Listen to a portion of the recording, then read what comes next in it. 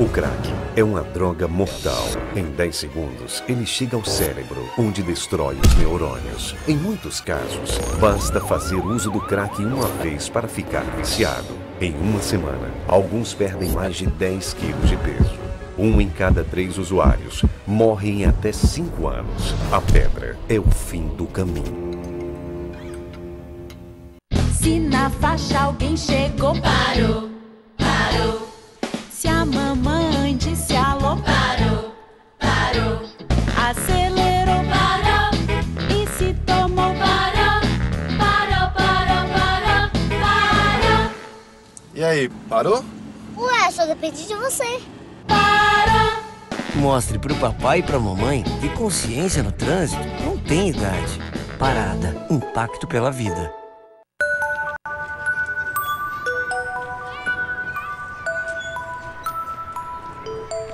Não é apenas na certidão de nascimento que um pai faz falta. O Poder Judiciário sabe o quanto é importante para um filho ter o nome e a presença de um pai. Por isso, o reconhecimento de paternidade foi simplificado e agora pode ser feito em qualquer cartório de registro civil. Pai presente, o reconhecimento que todo filho espera. Você fica constrangido quando encontra uma pessoa com deficiência? Então, está na hora de mudar. Deficiência não é doença e essas dicas são para você. Ao encontrar uma pessoa cega, toque em seu braço e se apresente antes de começar a conversa. Para caminhar, coloque a mão da pessoa cega no seu ombro ou no cotovelo dobrado.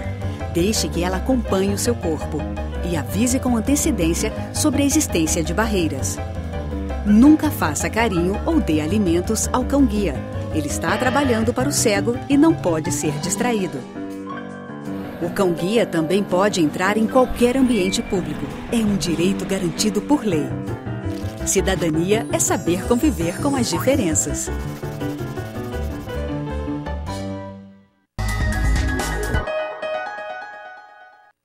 Na semana passada, a gente mostrou aqui na TV Assembleia o primeiro casamento civil resultado de uma união homoafetiva no Maranhão. Em breve, o Estado deve ganhar o Plano Estadual contra a Homofobia, que está em consulta pública. Eles fizeram questão de compartilhar o momento com os amigos e com o mundo, publicando fotos da festa de casamento nas redes sociais. Faltava a oficialização no cartório, a mudança de sobrenome, as garantias para além do coração. Casados, Ruber e Armando querem dividir a casa, a vida, construir uma família. O que a gente tem dito é que no formato da relação isso não muda nada, né? Na verdade, muda no sentido de materializar legalmente, de nos assegurar dos nossos direitos e deveres de cidadão casado, né? Mudamos de sobrenome, então na verdade é o mesmo formato, mas com certeza eu acho que isso acaba respingando no sentimento, eu acho que a relação fica mais forte, né? Eu acho que nós ficamos de fato mais conscientes, né? Eu acho que fortalece, com certeza. A gente já está casado, né? Isso só reforça mais os nossos laços, o sentimento. Foi emocionante porque casamento, acho que independente de quem quer que seja, ele é emocionante, o nosso não poderia ser diferente, até mesmo por ser o primeiro. Uma pena que foi o primeiro, porque poderia já ser assim, muitos outros na nossa frente. Assim, isso só vem reforçar o nosso sentimento, o carinho que temos um pelo outro. A gente que oficializou a nossa relação na semana passada, eu me emocionei bastante também, já cheguei chorando e acho que aqui não poderia ser diferente mesmo. Assim, é um marco e a gente fica muito feliz de fazer parte dessa história. Troca de alianças, o sim perante todos, não faltou emoção, seja nas palavras do juiz ou na expressão do casal. O tempo é o maior tesouro que um homem pode dispor. Rico não é o homem que se pesa no amontoados de moedas, nem aquele que se estende mãos e braços em terras largas. Rico Só é o homem que aprendeu, piedoso e humilde, a conviver com o tempo. Foi o primeiro casamento homoafetivo realizado por um juiz de direito no Maranhão após resolução do Conselho Nacional de Justiça, o CNJ, proibindo que autoridades se recusem a celebrar casamento civil ou converter a união estável em casamento entre pessoas do mesmo sexo. O direito de família no Brasil foi dos ramos do direito brasileiro, foi o que mais evoluiu. Evoluiu de uma forma bem efetiva, e isso é o reconhecimento de uma situação que existia e sempre irá existir, em todos os tempos.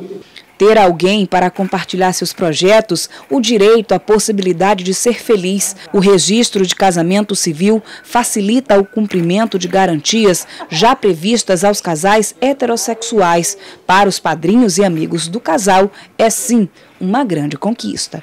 Para mim é uma honra muito grande estar aqui, né? Porque o Ruben, em especial, é um grande amigo que eu tenho, é o meu produtor. Eu sou cantora, ele que produz todos os meus shows, e agora eu conheci o Armando há pouco tempo e me encantei. Então, assim, eu acho que o que a gente deve ter na vida, o que a gente quer e deseja para todos, é exatamente o que ele acabou de conquistar. Então ele precisa, todos nós precisamos ser felizes. E é isso que ele está sendo, feliz com o Armando. Eu acho que abre portas, né? Eu acho que eles tiveram tomaram uma decisão muito séria, muito importante, porque como primeiro casamento homoafetivo, então ele abre portas para vários outros casais. E aproveitando a deixa do nosso juiz, que ele falou citou tantas pérolas da música popular brasileira, eu diria que Caetano Veloso disse numa canção, cada um sabe a dor e a delícia de ser o que é. E Milton Nascimento disse, qualquer forma de amor vale a pena. Então eu acho que isso aí diz tudo, né? O casamento de Armando e Ruber acontece em um momento importante em que o Estado se prepara para lançar o programa Maranhão contra a homofobia. O desafio é exatamente o de aproximar as demandas da população LGBT às propostas. Em breve, as diretrizes do programa estarão disponíveis para consulta pública por 45 dias no site da Secretaria Estadual de Direitos Humanos. De acordo com o relatório do governo federal sobre violência homofóbica no Brasil, o Maranhão possui 358 casos de violações denunciadas ao poder público. Dados do último censo do IBGE revelam que em todo o estado há 717 casais homossexuais vivendo em união estável declarada. A escrivã Margarida diz que já tem outra união marcada para esse mês. Após a determinação do CNJ, o processo ficou mais fácil, possibilitando o casamento poucos dias depois da entrada da documentação. Para realizar um casamento, o casal tem que ser solteiro, apresentando o registro de nascimento original dos dois, comprovante de residência em nome de cada um, os nubentes e 2 testemunhas que não sejam parentes. Prepara-se a habilitação, logo em seguida fornece-se o edital. Esse edital vai a ser publicado em qualquer jornal da cidade e em seguida volta para o cartório para concluir esse prazo. Esse prazo é de 15 dias. No 16º dia se encaminha para o juiz e ele faz a homologação e a parte então diz, quero casar a tal data. E aí vai ver se pode dar do juiz para poder marcar a data. Mesmo com a oficialização do relacionamento, o casal acredita que ainda há muito a ser feito no país em relação à união de pessoas do mesmo sexo. Mas agora, juntos e casados, estão felizes para seguir seus sonhos e seus caminhos. Graças a Deus a gente teve essa felicidade, né, de ao longo dos nossos pouco mais de 20 anos de vida, a gente ser bem aceito, bem recebido, bem acolhido por onde nós passamos. Então, graças a Deus, acho que nós somos felizados por termos esse saldo positivo aí no nosso histórico de vida. Temos uma vida normal como qualquer outra, que vamos constituir sim uma família. Então isso não fere a dignidade do ser humano, e sim o respeito que ele tem que ter com o ser humano, independente de raça, de opção sexual, e acho que isso não fere a dignidade, que acho que isso é o mais importante. E aqui no plenário da Assembleia, o portal conversa com a secretária de Estado de Direitos Humanos, Luísa Oliveira. Bom dia, secretária. Bom dia. Seja bem-vinda mais uma vez ao portal. Obrigada. Bom, secretária, a gente viu aí a primeira união homoafetiva do Maranhão, reconhecida, né, através de casamento civil, e a gente também vê a questão do plano, né, que acabou de sair, né, de consulta pública. Qual é essa resposta que se tem aí dessa consulta pública? Muito afirmativa, no sentido de cumprir garantias constitucionais que já estavam reconhecidas, já estão reconhecidas na Constituição de 88 e que estão sendo também majoritárias em decisões supremas dos tribunais. Então, nós estamos agora nesse processo de articulação também com a Corregedoria Geral de Justiça para a sensibilização dos cartórios em cumprimento dessa decisão, que é uma decisão social, mas é uma decisão, antes de mais nada, constitucional mesmo, né, de estarmos cumprindo, né, com o reconhecimento de direitos decorrentes de uma união e que tem, na verdade, a priori, né, tem essa configuração de um casamento, não é somente uma união estável. Hoje a união estável é considerada um casamento, né, casamento civil, que tem direitos que desdobram desse reconhecimento de um direito principal.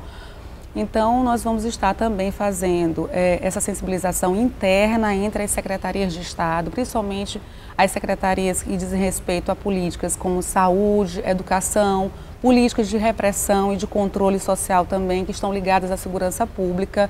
Estamos também trabalhando aí com a rede de justiça, a Defensoria Pública do Estado, que é uma grande parceira nessa articulação também da tomada de decisão dos cartórios, quando essa demanda chega para a assertiva de confirmação ou mesmo de aceitação daquele direito que já é reconhecido constitucionalmente. Esse trabalho de disseminar, dialogar com todos esses órgãos, né, com os agentes desses órgãos, ele é importante para que esse plano de fato aconteça na prática, seja executado? Exatamente. Nós fizemos primeiramente esse plano com o apoio não somente do poder público ou do sistema de justiça, com as decisões do CNJ, que são consolidadoras desse processo histórico e político também, no sentido desse reconhecimento da união homoafetiva, de um casamento afetivo, de um laço afetivo, uma família que se configura em outros padrões de aceitação da sexualidade também, da liberdade de escolha sexual. Mas fizemos esse processo com a sociedade civil organizada, mas também com gestores, os gestores estaduais, os gestores municipais. Isso também é transversal de uma política pactuada na federação, que é uma política nacional, que está posta no Programa Nacional de Direitos Humanos 3. E aí nós fizemos uma difusão pelos órgãos de controle internos do Estado e também pela própria representatividade do poder público. E agora nós vamos lançar oficialmente, porque ele foi construído pluralmente pelas representatividades para que ele ganhe efetividade. Então o plano é um direcionamento para políticas de prevenção, de repressão, políticas de reinserção social, no que diz respeito também à área do trabalho, de profissionalização, de aceitação dessa demanda que nós temos, enfim, tratar os seres humanos como iguais, respeitando e tolerando as diferenças, porque a homofobia ainda não é considerada um crime oficialmente, não é formalmente, mas é um crime de fato de ódio. Assim como o racismo também, a homofobia deve estar sendo classificada enquanto tal, para que a gente tenha o direcionamento também estatístico de políticas públicas que estão trabalhando com aquela prevenção. E hoje nós estamos concentrados nessa prevenção. Então o plano é fundamental para esse direcionamento das políticas e a garantia de direitos. Bom, secretário, então ele foi construído de forma plural e vai ser executado de forma plural, porque ele não pode ser executado somente pela Secretaria de Estado de Direitos Humanos, né? Ele precisa de um conjunto de políticas para poder valer, como a senhora já explicou, né? Exatamente, principalmente na parte do casamento homoafetivo, que deve estar sendo feita a sensibilização com os cartórios. Então nós tivemos a boa resposta, uma resposta progressista, uma resposta humanista de aceitação, não somente dentro de um texto constitucional consagrado em direitos formais, mas que estão ali potencialmente latentes para a concretização, mas tivemos a resposta hoje concreta de que as pessoas elas estão buscando a sua felicidade, buscando a sua expressividade de cidadania dentro de uma democracia, dentro de uma justiça social que ampara essas liberdades. Então, é nesse sentido que nós vamos estar trabalhando com o sistema de justiça. E a Associação dos Magistrados foi assim muito, vamos dizer assim, eficiente, né, no que diz respeito a uma pesquisa que foi realizada, que demonstra isso, né, no resultado da própria sociedade que hoje aceita e que não discrimina, que não preconceitua, no sentido de homofobicamente ou no sentido de um ódio expressivo, deixar essas pessoas discriminadas, negando esses direitos que são plausíveis para cada um de nós, não é? Bom, a gente viu repercutir nas redes sociais o casamento que aconteceu na semana passada e que toda a imprensa mostrou, né?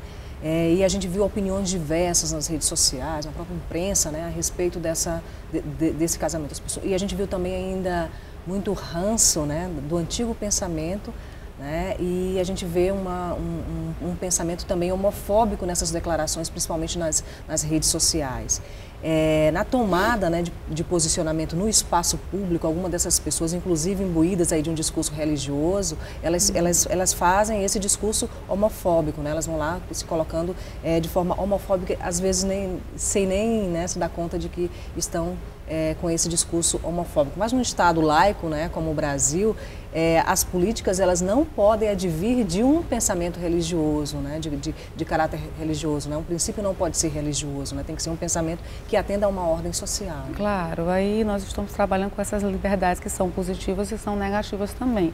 São pensamentos, são ideologias estruturantes de um processo histórico, por isso é importante o rompimento ideológico também, cultural, na afirmação de direitos que são direitos específicos. Então, nós não podemos deixar de nos lançarmos num debate mais democrático e dentro de uma reflexão de que são seres humanos. Hoje, esse conceito de amor, de afeto, de felicidade, que é próprio da universalidade, da uniformização constitucional nos seus princípios, deve respeitar e tolerar, não é, esse exercício dentro de uma realidade. Como eu falei, é estruturante. Nós temos uma série de preconceitos quando trabalhamos com direitos humanos. Na verdade, nós estamos trabalhando com um universo de direitos e que esse universo de direitos deve respeitar, não é, dentro de uma alteridade, o outro enquanto tal. Então, não podemos levar a negação de direitos na afirmação de alguns direitos. Esse sopesamento dos direitos é fundamental nesse exercício de liberdade democrática, porque, na verdade, a democracia ela traz dentro dela uma tolerância. Por isso é democrático de um país, de uma estrutura que é laica. Então, são grandes debates, porque hoje mesmo o Papa ele já tem uma abertura, né, de uma concepção ideológica, libertária, inclusive, também progressista, que não deixa, por isso, de estar sendo moral, ou que seja imoral ou amoral. Ao contrário, eu acredito que isso faz parte, como eu falei agora, né, de uma reflexão da sociedade em geral, de uma cultura que se afirma, uma cultura que não pode excluir, uma cultura que não pode, pela intolerância, punir, matar, rechaçar ou isolar aquelas pessoas ou negar direitos. Nós estamos falando de direitos que foram conquistados historicamente para todos os seres humanos. Então, não é possível, não é, que nós estejamos no século XXI trabalhando com questões ainda retrógradas nesse sentido. A afirmação de família hoje é uma afirmação que perpassa por esse conceito de amor, por esse conceito de liberdade e de escolha sexual.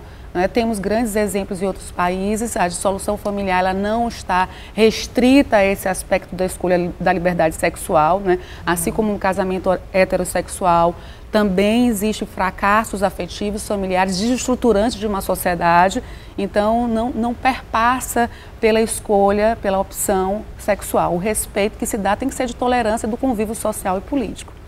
Bom, secretária, agora eu queria mudar de assunto com a senhora e falar a respeito das declarações do secretário de Segurança, Aloysio Mendes, que amanheceram hoje na imprensa, que estão repercutindo na imprensa do Maranhão. O Jornal Imparcial traz uma grande entrevista aí com o secretário e ele fala que, de acordo com os dados da Secretaria de Segurança Pública, cerca de 75% dos assaltos a coletivos na Grande Ilha de São Luís são ocasionados por adolescente, enquanto os homicídios chegam a 36% e o envolvimento com o tráfico de drogas, a percentagem é de 60% das ocorrências. E por conta, né, da participação desses adolescentes, ele se declara favorável aí à redução da maioridade penal. Como é que a senhora vê essa declaração do secretário? Muito bem, eu tenho minha opinião formada, constituída e demonstrável naquilo que eu tenho desenvolvido, não somente como pesquisadora, professora, universitária que trabalha com essa pesquisa desde a implantação do Estatuto na década de 90, mas como gestora atualmente, e eu não aceito essa afirmação do secretário tranquilamente, até porque a complexidade do crime hoje e a criminalidade mesmo que se impõe numa sociedade atualmente, ela é decorrente de inúmeros fatores. Não poderemos restringir essa criminalidade a uma estrutura de crimes na formação de uma faixa etária, de uma juventude, de uma adolescência que também tem distúrbios sociais, econômicos, éticos no sentido mesmo da formação dessas famílias e levar essa justificativa para uma criminalidade mais complexa. Ou seja, a redução da maioridade penal não passa por esses dados estatísticos que mostram essa participação dos adolescentes. As estatísticas, do ponto de vista da pesquisa, elas são levadas naquilo que o mapeamento é feito. Não é?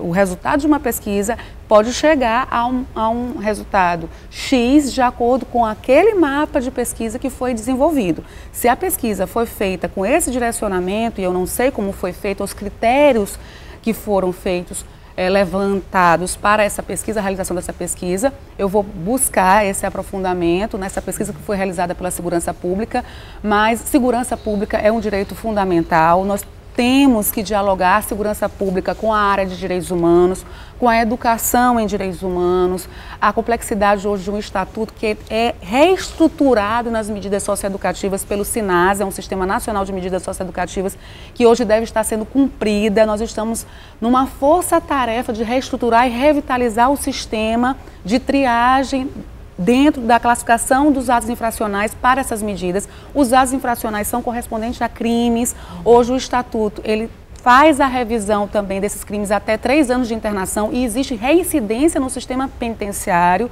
A maioria dos adolescentes que estão cumprindo hoje as suas medidas socioeducativas, os seus atos infracionais praticados, eles são levados para o sistema penitenciário. Nós estamos trabalhando aí com também um tratamento de prevenção das drogas, do uso do crack, das substâncias psicoativas que devem estar sendo atendidos por um sistema de assistência social. População de rua também é uma das políticas que nós cofinanciamos para o município de São Luís, município de Imperatriz. R$40 mil mensalmente é cofinanciado, não só de fundo a fundo, mas pelo próprio Estado, que também articula e cofinancia essas políticas para assistência social. Nessa área, nós temos um sistema de rede de atendimentos que deve funcionar e esse sistema tem falhas, principalmente no que diz respeito à capacitação desses gestores, dos atendimentos, por exemplo, dos CAPSs ou dos centros POPs, que são centros de população de rua, que devem atender essa população e trabalhar com a convivência familiar e comunitária com esses adolescentes. Então, nós não podemos reduzir.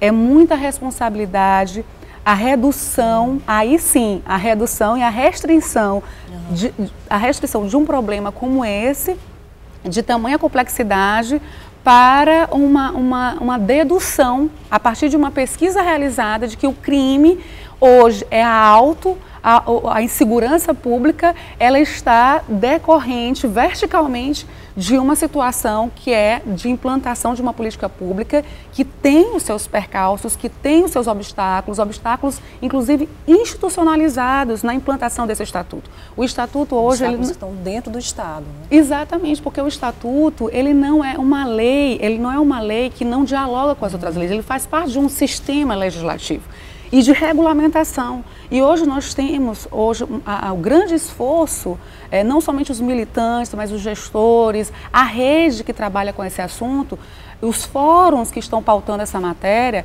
uma grande discussão, não somente ligada à área do sistema de justiça, da implantação, mas na transversalidade, discutindo também o sistema penitenciário que tem falências em processos também históricos que não estão sendo feitas as avaliações devidas e resulta numa não ressocialização, resulta em greves, resulta em motins, resulta em rebeliões, resulta na falta de escolaridade ou na falta de políticas mais repressivas do controle daquele sistema que deve ressocializar. E da mesma forma nós encontramos isso dentro da aplicação das unidades de internação.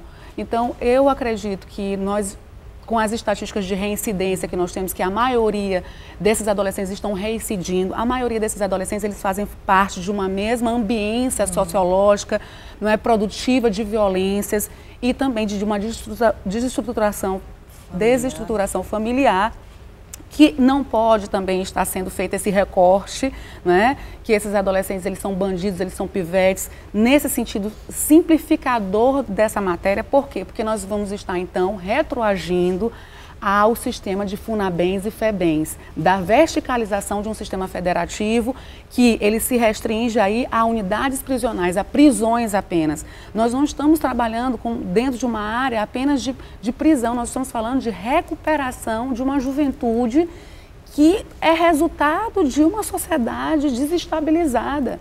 Então, isso é muito complicado. Eu estou assim, enfim...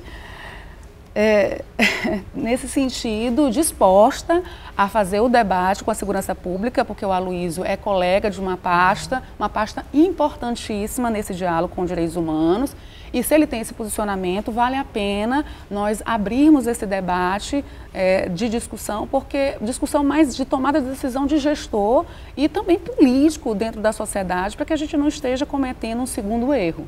Bom, e essa declaração sai num momento extremamente delicado, onde se discute aí a questão da estruturação e da estrutura das unidades, né, de cumprimento de medidas socioeducativas, quando se discute, por exemplo, a implantação da justiça restaurativa, tanto preventiva, né, quanto de acompanhamento desses menores. A reforma de concepção, a reforma cultural de aceitação, né, a sociedade é reacionária. Nós não podemos entender que trabalhar, por exemplo, com combate ou redução, melhor dizendo, redução de homofobia, redução de criminalidade, que está na transversalidade da homofobia, redução de criminalidade ou de práticas infracionais correspondentes a crimes que estão dentro de uma configuração societária mais de jovens, né, que estão nessa desestabilização social e política e econômica também. Nós não podemos deixar de transversalizar isso com uma avaliação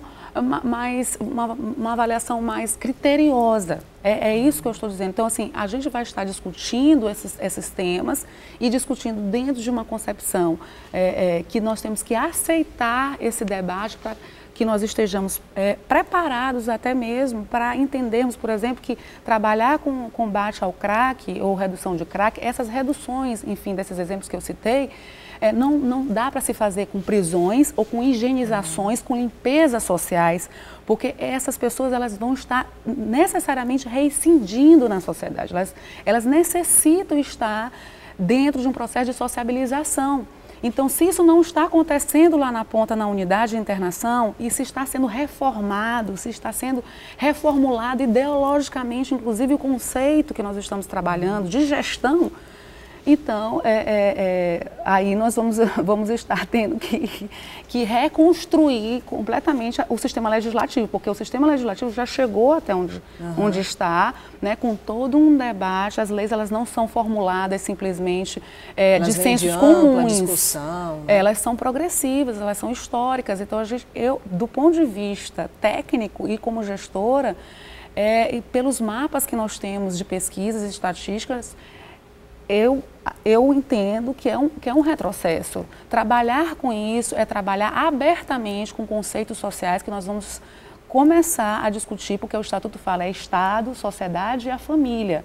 Não é? Nós não estamos também restritos a uma política de direitos humanos, nós temos uma política de assistência social, que também hoje é uma política que potencializa suas legislações, que capilariza essa discussão, é municipalizada a discussão não está localizada apenas em estatísticas do Estado, dentro da cidade, da grande metrópole. Nós estamos trabalhando com adolescentes do interior do Estado, não temos um adolescente que esteja em internação, que seja do próprio Estado, da cidade de São Luís. Né? Nós estamos falando aí de municípios que têm índices alarmantes de uso de substâncias psicoativas e de famílias desestabilizadas, pessoas que estão participando do tráfico porque são levadas ao tráfico. Existe toda uma quadrilha, um crime organizado que capturam esses adolescentes como mão de obra mesmo para a participação no tráfico, porque existe aí sim existe uma blindagem legislativa no que diz respeito à aplicação das penas, das responsabilidades. Mas dizer que esses adolescentes eles não estão sendo responsabilizados, que eles não são punidos, que não existe uma correção, isso não é verdade. Agora, assim como no sistema penitenciário, nós precisamos de escola, nós precisamos de educação, nós precisamos, pelo menos, formular um sistema de sociabilização mínima para que eles estejam voltando para a sociedade com tranquilidade, com segurança para todos. Quer dizer, a ideia não é ter mais presídios, é ter mais escolas, é ter mais políticas públicas sociais que atendam a esses adolescentes e as famílias desses adolescentes, não é, secretária? Bom, esses dados estatísticos do Maranhão... Quanto mais presídios, esses presídios mais ficarão lotados. Mais ficarão lotados. Quanto mais presídios significa que lá, em algum momento, as políticas estão sendo falhas. Quanto mais nós abrirmos as unidades sem políticas preventivas de recuperação no tratamento humano dessas pessoas que são condenadas, que estão sendo punidas ou responsabilizadas por medidas, sejam as medidas que forem, porque aí nós vamos estar terminologicamente tratando do quê? Nós vamos estar reduzindo as penas, aumentando a criminalidade, aumentando o aparato de segurança do Estado na pena. É isso que é o Estado Democrático de Direito? O Estado Democrático de Direito, ele tem uma pena de correção, de desvio de conduta, de comportamento, isso é base no direito, mas esse Estado, ele tem que prevenir.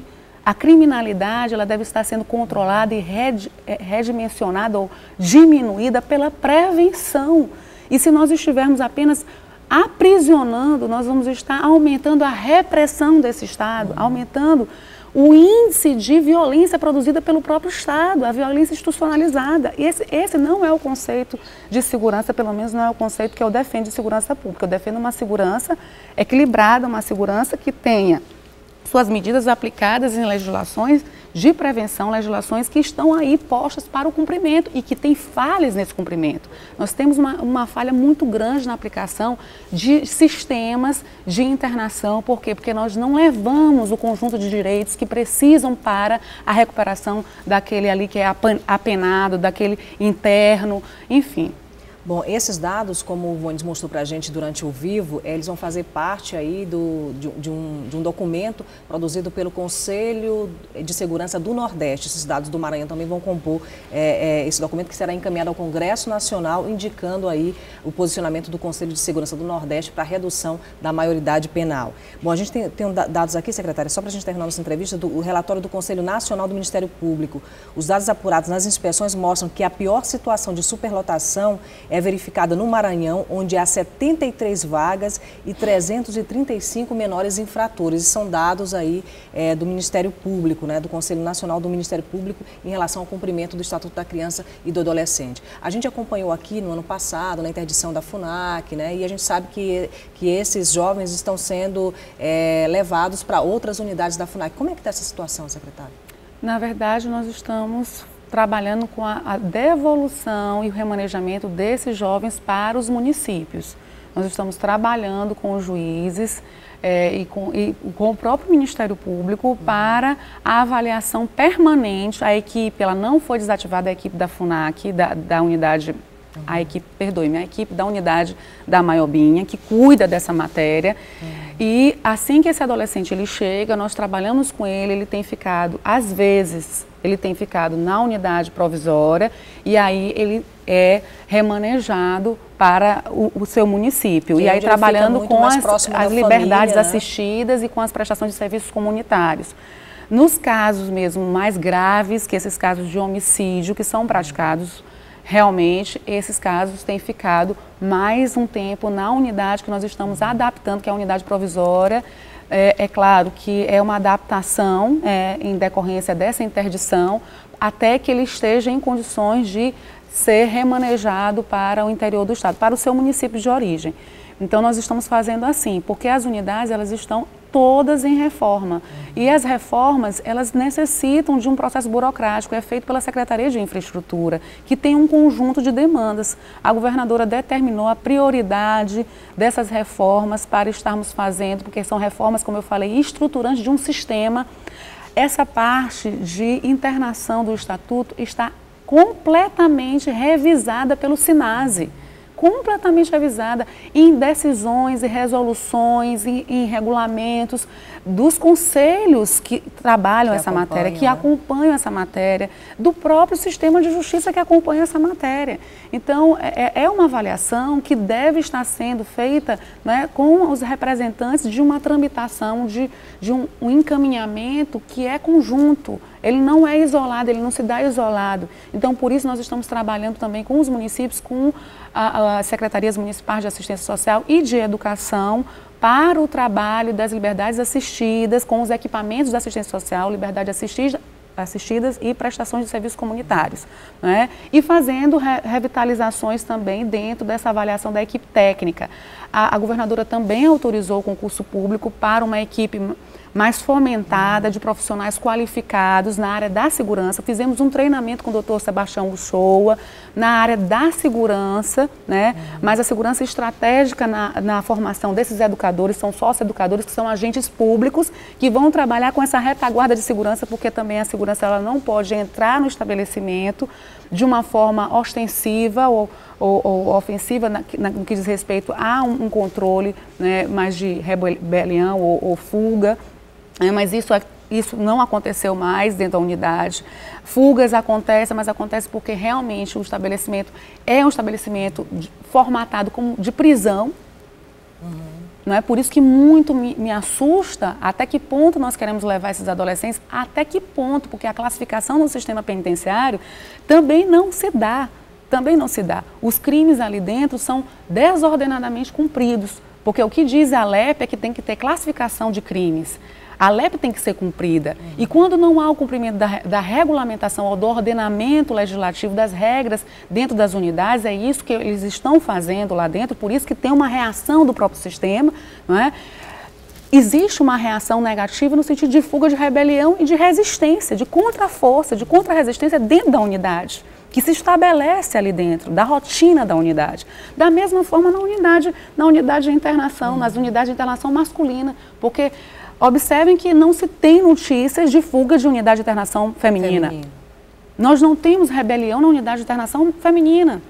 O tratamento é outro, a natureza, e aí eu até digo assim, a natureza daquela reação, da punição, da falta de liberdade ou do cerceamento de liberdade é de uma outra reação no âmbito das mulheres, da natureza feminina. E nós não estamos trabalhando, é a semi-liberdade que está funcionando, e que está funcionando dentro de um bairro, porque dentro do modelo que está sendo apregoado pelo SINASE, é que seja realmente numa formatação de triagem familiar, porque os modelos devem ser como se fossem casas, para a recuperação desses jovens, meninos ou meninas, jovens, enfim, adolescentes, enfim. Eu não estou chegando a dizer aqui que essas pessoas, elas são ingênuas. Não, elas cometem atos infracionais graves, gravíssimos, e são classificadas enquanto tal. Estão sendo classificadas pela lei, né? São classificadas pela lei, são tratadas, mas existem problemas na qualificação de pessoal, dos profissionais que estão trabalhando ali, assim como existe do agente penitenciário também. Né? Existe vícios na estruturação daquelas unidades, porque realmente existe mais facilidade de transgressão ali internamente. E por isso o aumento do controle dessas unidades. Aí sim o papel do Ministério Público é fundamental na fiscalização, no controle, assim como o papel do juiz ao decidir que aquele adolescente que furtou ele vai ser internado. Existe um equívoco, existe um exagero na aplicação daquela responsabilidade, daquela medida socioeducativa. E assim a classificação também daqueles que estão lá no sistema penitenciário. Quais são as pessoas que estão no sistema penitenciário? Quais são as pessoas que estão cumprindo pena? Quais são os adolescentes que estão ali dentro da unidade de internação? Então, existe uma seletividade penal dos crimes e das pessoas caracterizadas dentro desse processo. Então, nós precisamos realmente nos debruçar nesses estudos mais qualificados dessa população carcerária, dessa população que infringe, essa população que comete crimes, porque existe uma blindagem, um escamoteamento muito grande dessa seletividade penal. Bom, é um longo debate, não é isso? Secretária, muito obrigada pela sua participação aqui no portal. Sempre que a senhora vem, a gente aumenta o nosso tempo de entrevista e discute, porque realmente os assuntos da sua pasta são assuntos extremamente instigantes e que levam ao debate social. E necessários, né? Necessários. Eu estou disposta a fazer esse debate com a segurança pública, com o secretário, é o colega da pasta, ele tem o direito de se posicionar, mas eu tenho certeza que nós precisamos assumir essas responsabilidades de forma mais aprofundada, mais séria, para que nós não estejamos cometendo um erro, né, dentro de uma reação maciça que está acontecendo agora, sendo feita com base no Estatuto da Criança e do Adolescente, né? Enfim, mas eu estou à disposição, agradeço muito, gosto muito de estar aqui contribuindo, é parte da minha missão contribuir com a casa para que nós estejamos caminhando certo, né, dentro da trilha da justiça, das leis. Avançamos muito, não podemos retroagir. Obrigada, secretária. Bom, veja no próximo bloco 2 projetos de lei da deputada Valéria Maciel, que cria a Semana de Aleitamento Materno e também a Semana do Bebê. Um instante só.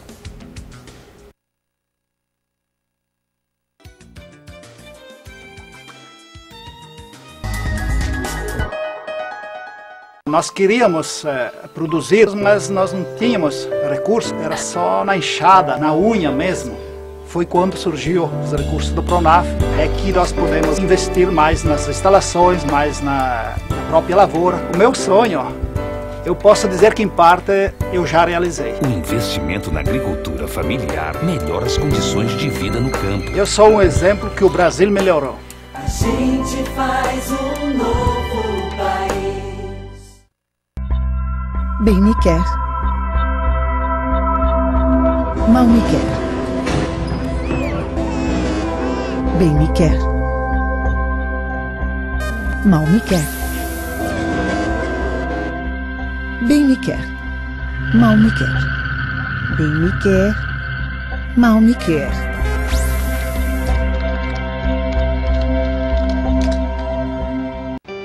Eu já registrei uns 30 filhos. Eu já perdi as contas.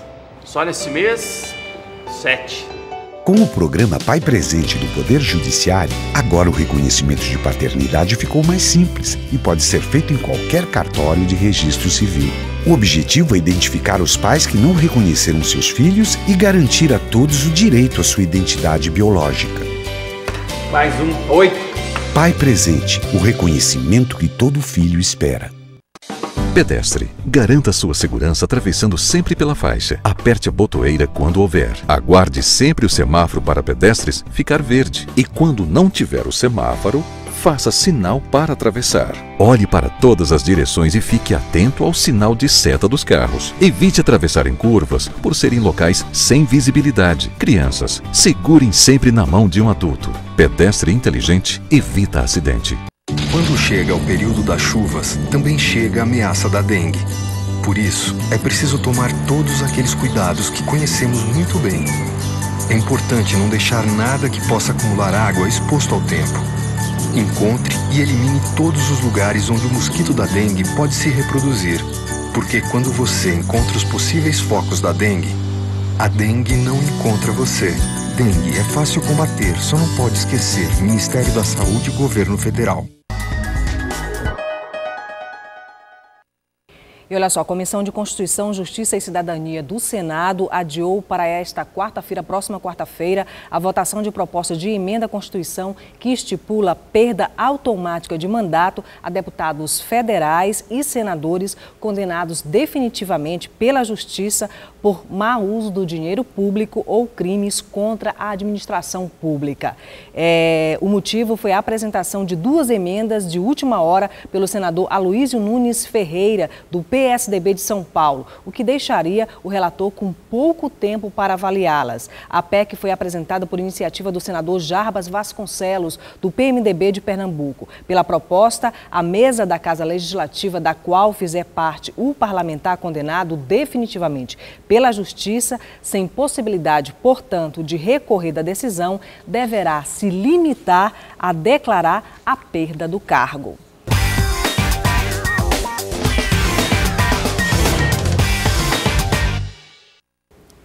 E agora, no quadro Agora Eu Sei, a gente destaca 2 projetos de lei de autoria da deputada Valéria Macedo que foram aprovados no plenário da Assembleia. O primeiro projeto institui a Semana Estadual de Aleitamento Materno e o segundo projeto, a Semana Estadual do Bebê. Ambos pretendem disseminar práticas, políticas e informação sobre a importância do aleitamento e os cuidados com as crianças menores de 2 anos, que devem ser prioridade absoluta no que diz respeito às políticas públicas.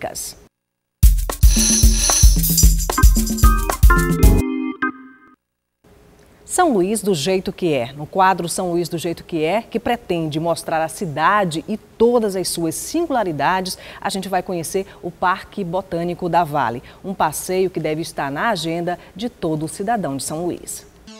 A movimentada Avenida dos Portugueses dá acesso a um lugar de tranquilidade, o Parque Botânico Vale.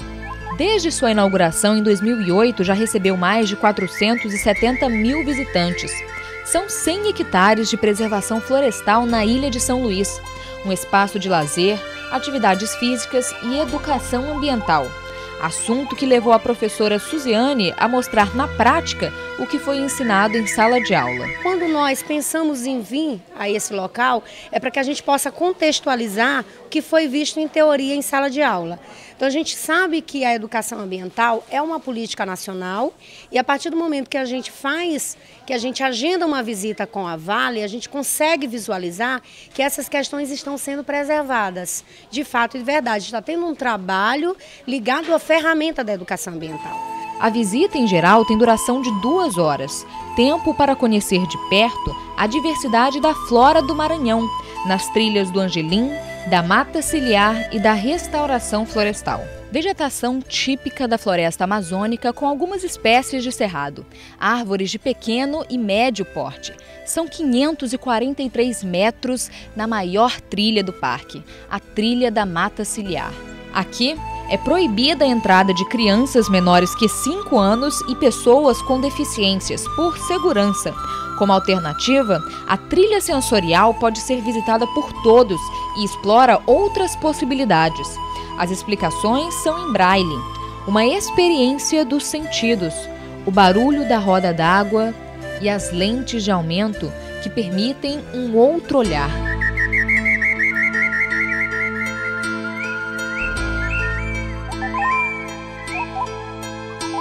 Além dos adultos, crianças na visita. Nos quiosques, retratados os ecossistemas do estado, como o cerrado, a floresta amazônica e a mata dos cocais. Depois de toda essa atividade física, uma pausa para descanso. São momentos inesquecíveis, principalmente para os pequenos, que nem sempre têm essa relação de proximidade com a natureza no dia a dia. Eu acho que é um local diferente do que a gente não é, como a gente tem no nosso dia a dia. Então a gente tem que vir pra cá, eu acho que era pra ser todo dia pra gente vir pra cá, curtir a natureza, que é a nossa beleza do Brasil. Essa é a 3ª vez de Matheus no parque. Marcante para ele foi a aparição de um bicho preguiça. Ele estava muito longe, ele estava numa árvore que era muito alta e aí a gente precisou de um binóculo para poder conseguir enxergar ele com mais detalhes. O parque funciona de terça a domingo, das 9 horas da manhã até às 5 da tarde. E para agendar uma visita, basta ligar para o número 3218-6245. A visita é sempre acompanhada por uma orientadora ambiental. Quem nos acompanhou foi Gabriele. A reação dos visitantes é sempre uma experiência diferenciada, né? Ter um contato mais próximo com a natureza. Nós temos de opções de lazer, nós temos trilhas ecológicas, nós temos espaços de vivências, pessoas que quiserem vir fazer um piquenique no parque, também aberto de terça a domingo, das 8 às 16. Como a gente percebe, é todo arborizado, tem uma paisagem bonita, tem um cenário cênico legal, então é um prazer muito grande trabalhar aqui e as pessoas que vêm aqui também gostam bastante. Uma opção para sair da correria da cidade e estar em contato com a nossa riqueza natural. Tudo isso sem sair de São Luís. Um lugar para refletir e lembrar da importância da conservação do meio ambiente.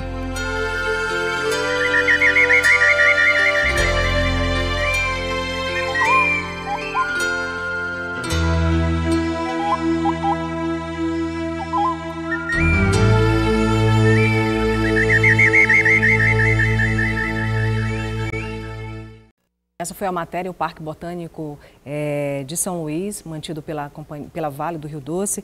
E você pode participar, né, desse quadro, dando a sua sugestão de pauta. Basta ligar para o 3269-3704. A gente vai conhecer, através desse quadro, a cidade de São Luís e toda a região metropolitana da grande ilha de São Luís. O Portal da Assembleia vai ficando por aqui. Às 4 da tarde tem transmissão ao vivo da sessão plenária. Um ótimo dia para você.